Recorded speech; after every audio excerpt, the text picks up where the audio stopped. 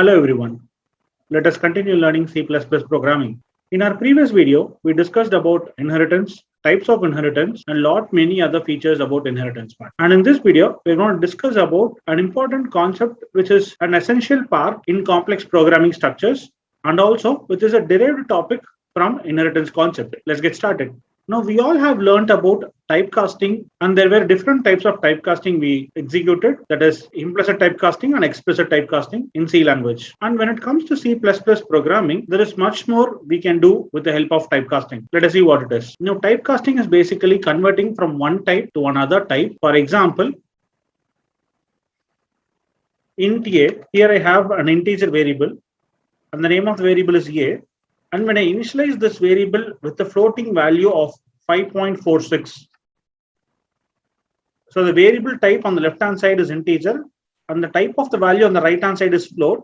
Here happens an implicit typecasting, that is, even without getting notified in the coding language, it does in the background, that is, it converts the floating value into a integer value, that is, it converts into integer. So the final result that is getting stored in the variable name of a is only 5.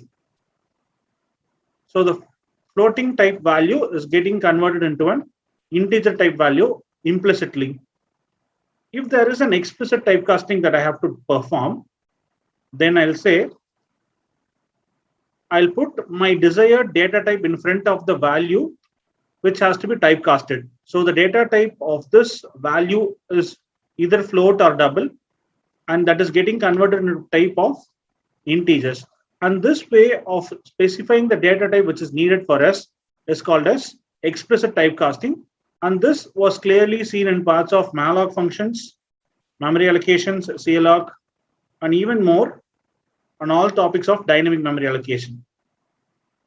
Return type of malloc and calloc were basically void pointers, and we converted into a desired type we wanted it. For example, to declare an integer array, we create an integer pointer. This points to an array of memory, which is collected with the help of malloc function, malloc of, and we specify the desired size of memory here. So we pass the size of memory we required as an argument to the malloc function, and the malloc function returns the void pointer type, and that has to be typecasted into an integer pointer type. So we specify int star in front of the malloc function call, so that the returning value of the malloc function gets typecasted into integer pointer type, and that particular address is stored inside this variable called AR, which is basically an integer pointer, which points to the address of the first element in the array. And this is in short about typecasting in C as well as C++ programming. In C++, there are even more typecasting we can perform, such as upcasting, downcasting, and even a dynamic casting. Let us see what are those. First, let's look into the definition of both upcasting and downcasting.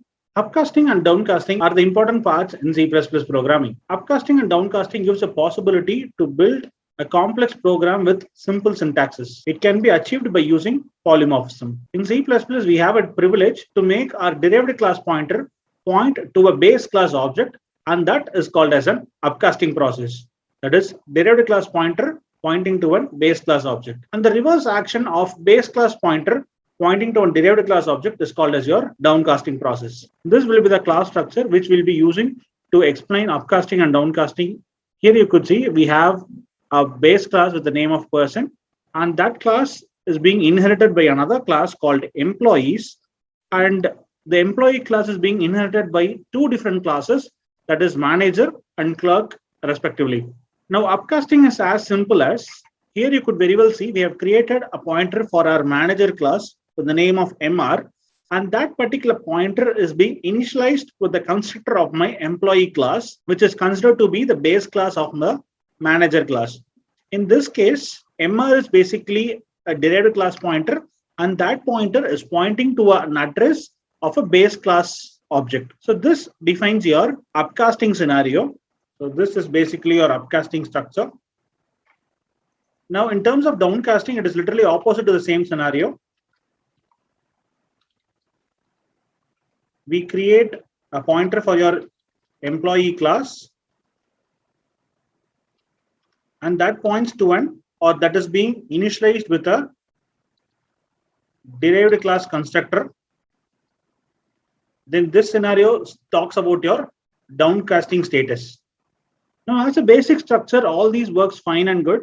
But what happens when you call overloaded function from each of these pointers, and how do they behave? That is critically the crucial part which we have to study in terms of upcasting and downcasting status. So for which we'll write a short little code and we'll get to know what are the outputs we receive. Let's proceed. Let us construct the same structure out of it. First, I'm saving my file, before which I'm choosing my working directory of C++ basics folder. And I'm opening up a new terminal for us to work. And I'm pushing it to the right. And let's create our first file here. And I'll save this file as casting.cpp, which is basically the extension for your C++ programming files. And I'm starting with the header file include here, including the IOStream header file, followed by the namespace which you need to use, namespace, that is the standard namespace. And I'm creating a class called person, within which I'm having a constructor for the class, which is a default constructor. And I have to specify the type of access specifier, which is public, and inside which I'm creating an object data member, which stores a string variable. So this holds the name of the person, string name. And I have a constructor here,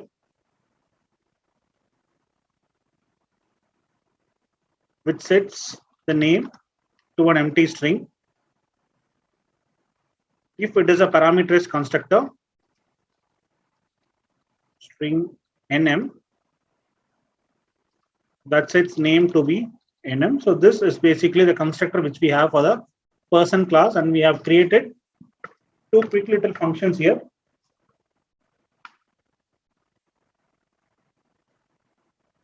And those are the constructor parts. And I also am going to create a empty function, which is void. And I'll say a put function, a putter function, which takes no argument. And it prints the name of the person, followed by is a person. So this will end with a new line character, and we'll start with the new line character. So I'll include another angle set of angle brackets, and I'll put a new line in front of it. So this is basically the put function which I have inside my person class, and any declaration in C++ should end with a semicolon, and I'm ending with a semicolon here. So the person class is being constructed. Now let's quickly construct the following employee and the manager clerk classes. So class employee, which public inherits the person class, within which I have to be public methods. First, I'm creating the constructor, which is a default constructor, which takes no argument and sets the name to be empty. And the next one will be a parameterized constructor,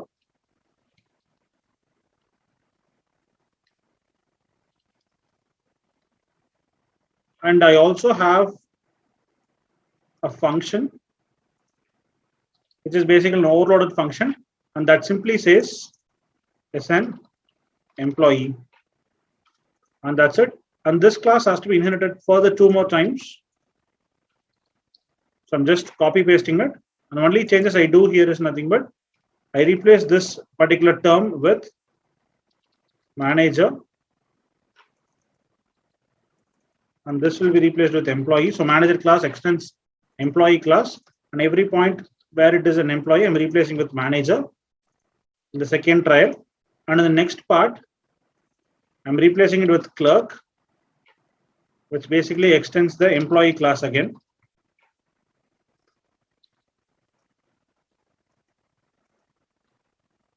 So the overloaded function prints he is basically a clerk. Okay.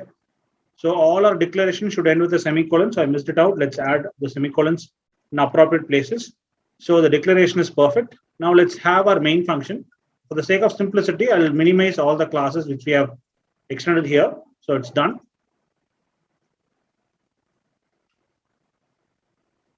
So let's start with our main function int main, within which I'm creating a pointer object for the employee class EMP, and that is being initialized with the constructor of my derived class. So here what is actually happening here is basically an downcasting process. A base class pointer is being initialized with a derived class object, which takes a string argument, and that says a name. This is my name here, that is Om Prakash. And here, with the help of the employee object, that is employee pointer, I'm calling out the put function. And let's see what is the output that we are expecting here. Okay, let's clear the screen, compile it with the help of our G++ compiler, and call the casting file, casting.cpp-o, and the short name, object name, I'm calling it as cast. So it is compiling, and as you could very well see, the compilation is successful. There are no error message that is being printed on the screen as of now, and it's good to go. Let's run the file called cast and see what is being printed. It says Om Prakash is an employee. Okay, the base class pointer object is being initialized with the derived class object. Okay, and this is all about your downcasting process. Let us see what happens for the upcasting process. Okay, in the same file, I'll create a pointer for the manager class, and that is being initialized with the employee class object. And here I pass the name of Ashok, and again I call the function of put functionality, and let us wait for the results here.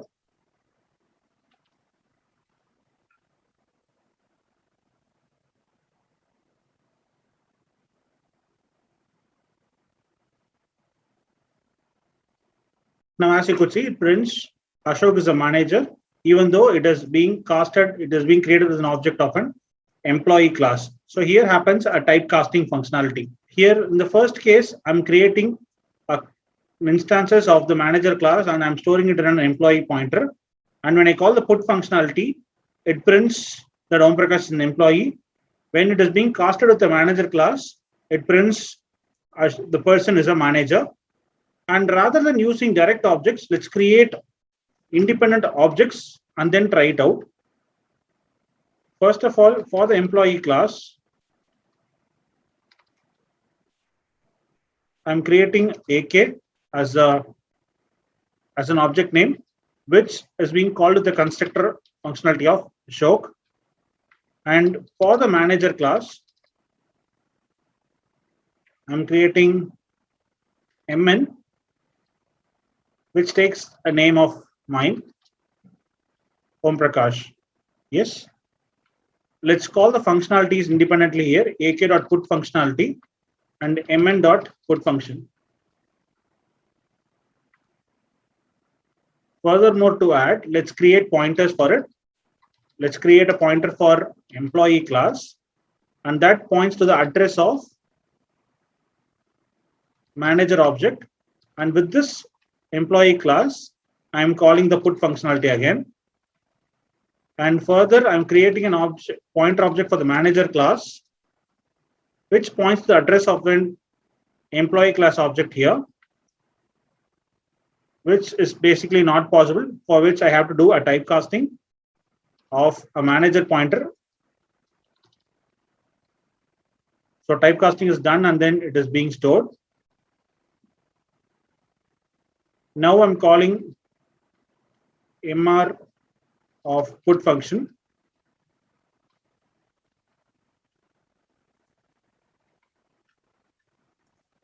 Let us see what we get. Let's compile it. In the first 55th and 56th line, the output should be, the output of this line should be Ashok is an employee. Yes. And out of this line, I get